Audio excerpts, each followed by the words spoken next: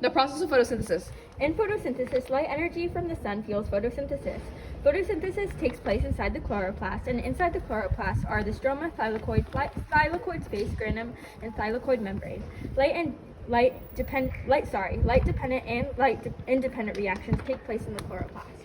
Light-dependent reactions occur when light energy from the sun is absorbed by the thylakoid membranes of the chloroplast, where it is converted into chemical energy in the form of ATP and NADPH. The sunlight excites the high-energy electrons, which then travel through the electron transport chain from photosystem 2 to photosystem 1 to power the Calvin cycle.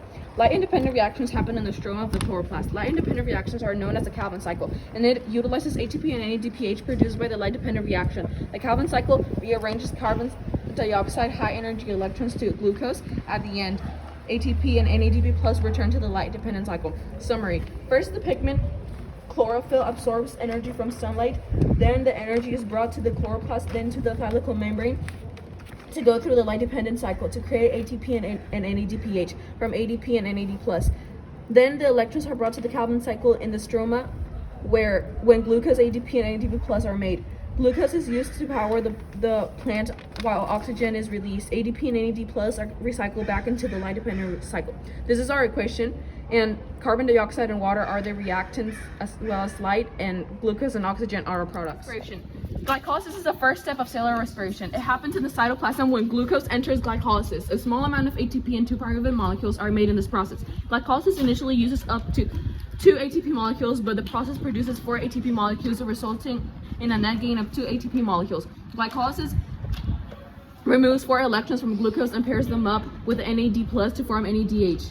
The 2 advantages of glycolysis are its quick processes and availability without oxygen. The Krebs cycle is the second step of cellular respiration. The Krebs cycle is a central part of cellular respiration that takes the molecule acetyl-CoA and breaks it down in a cycle of chemical reactions within the mitochondria. This process releases carbon dioxide, produces a small amount of ATP, and generates high-energy electron carriers, NADH and FADH2, which are utilized in the final step of cellular respiration to deliver the majority of the cell's energy in the form of ATP.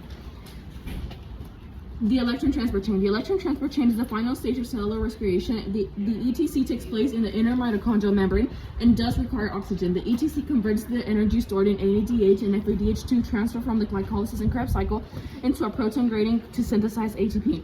O2 is the final electron acceptor. O2 and H+ ions combine to create H2O at the end of the ATC.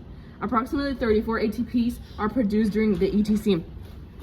Fermentation is a process of producing ATP in the absence of oxygen. Glucose made from glycolysis is broken down into NADH and NAD+ for energy. During anaerobic activity, 2 types of fermentation take place: alcoholic fermentation and lactic fermentation.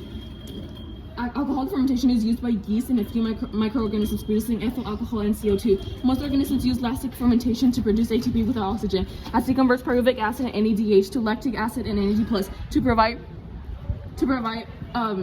to provide short, quick bursts of energy. The body uses stored ATP in an ATP form. Lactic acid fermentation for longer activities or exercise. Cellular respiration is the only way to continue generating a supply of ATP. Glucose and oxygen are the reactants, and carbon dioxide, water, and ATP energy are the products.